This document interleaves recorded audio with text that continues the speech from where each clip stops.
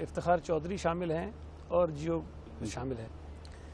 یہ وہ بات ہے جو ہم پتہ نہیں پچھلے 3-4 سال سے کہہ رہے ہیں, الیکشن سے پہلے سے کہہ رہے ہیں, اور اس بات میں کسی گواہ کی ضرورت نہیں ہے. اگر جیو نے کسی سیاسی جماعت کی درگت لگائی ہے 5 سال تک تو وہ پیپلز پارٹی ہے. کوئی اور جماعت یہ نہیں کہہ سکتی کہ جیو نے ہمارے خلاف کام کیا ہے. لیکن ہم پھر بھی یہ سمجھتے ہیں کہ الیکشن میں داندلی نہیں کرا سکتے آپ. پرسیپشن آپ نے بنایا, لوگوں کا موڈ بنایا, وہ ٹھیک ہے, وہ آپ کا کام ہے, آپ نے کیا. لیکن داندلی کا جو الزام لگایا وہ عمران خان صاحب نے لگایا, وہ آپ نہیں کر سکتے ہیں, وہ آپ کے بس کا کام نہیں ہے. بالکل ٹھیک ہے نا جی. نمبر 1. دوسری بات یہ ہے کہ افتخار چودھری صاحب کے متعلق انہوں نے بات تو کر دی تھی, آج کی تقریر میں غالباً اس کا تذکرہ کہیں بھی نہیں تھا جی. یا تو کہیں کوئی معاملات ہو گئے ہیں, کوئی انہوں نے معافی تلافی کر لیا یا انہوں نے معافی تلافی کر لی ہے. کیونکہ حامد خان صاحب میرے ساتھ ایک پروگرام میں تھے آج دوپہر میں, وہ 1 انچ بھی نہیں جا رہے تھے عدلیہ کی طرف. وہ کہنے لگے کہ جی ہم اس لیے احتجاج کر رہے ہیں کہ ہمارے مقدمات نہیں سنے جا رہے ہیں. اچھا, تو میں نے ان سے ہی پوچھا, اور میں آپ کے ذریعے بھی پوچھنا چاہتا ہوں کہ اس ملک میں لاکھوں لوگوں کے مقدمات نہیں سنے جا رہے ہیں. اگر ہر آدمی یہ طے کر لے کہ 6 مہینے تک اگر میری پیشی نہیں ہوئی اور 6 مہینے یا سال کے اندر جو میری خواہش کا فیصلہ ہے وہ نہیں آیا تو میں سڑک پہ آ کے دھرنا دے دوں گا, میں جلسہ کر دوں گا, میں احتجاج کر دوں گا, تو اس ملک کا نظام چلے گا کیسے؟ آپ ہمیں یہ درس دیتے تھے جب ہم کہتے تھے افتخار چودھری ہمارے ساتھ زیادتی کر رہا ہے, ہماری حکومت چلانے دے رہا ہے. سب کہتے تھے جناب عدالتی فیصلہ ہے, آئین بالا تر ہے, عدالتیں بالا تر ہیں, آپ ان کی بات مانیں, آپ کیوں شور کرتے ہیں؟ آج جب عدالتیں آپ کی بات نہیں سن رہی, وہ بھی 1 سال ہو گیا نا ابھی, تو سننا چاہیے آپ کو, اعلیٰ فورم پہ جانا چاہیے. دیکھیں ریٹرننگ انہوں نے جو اپنے کیسز بھیجے انہوں نے عدالتوں کے پاس, ان کو سنا. میرا خیال ہے کہ عدالتوں کو نہ مجھے ڈیفینڈ کرنا چاہیے نہ آپ کو کرنا چاہیے, عدالت خود اس کا فیصلہ کرے. لیکن پوائنٹ صرف اتنا سا ہے کہ آپ الیکشن ٹریبیونل میں گئے, انہوں نے اگر ایک فیصلہ نہیں کیا, آپ سپریم کورٹ میں چلے گئے.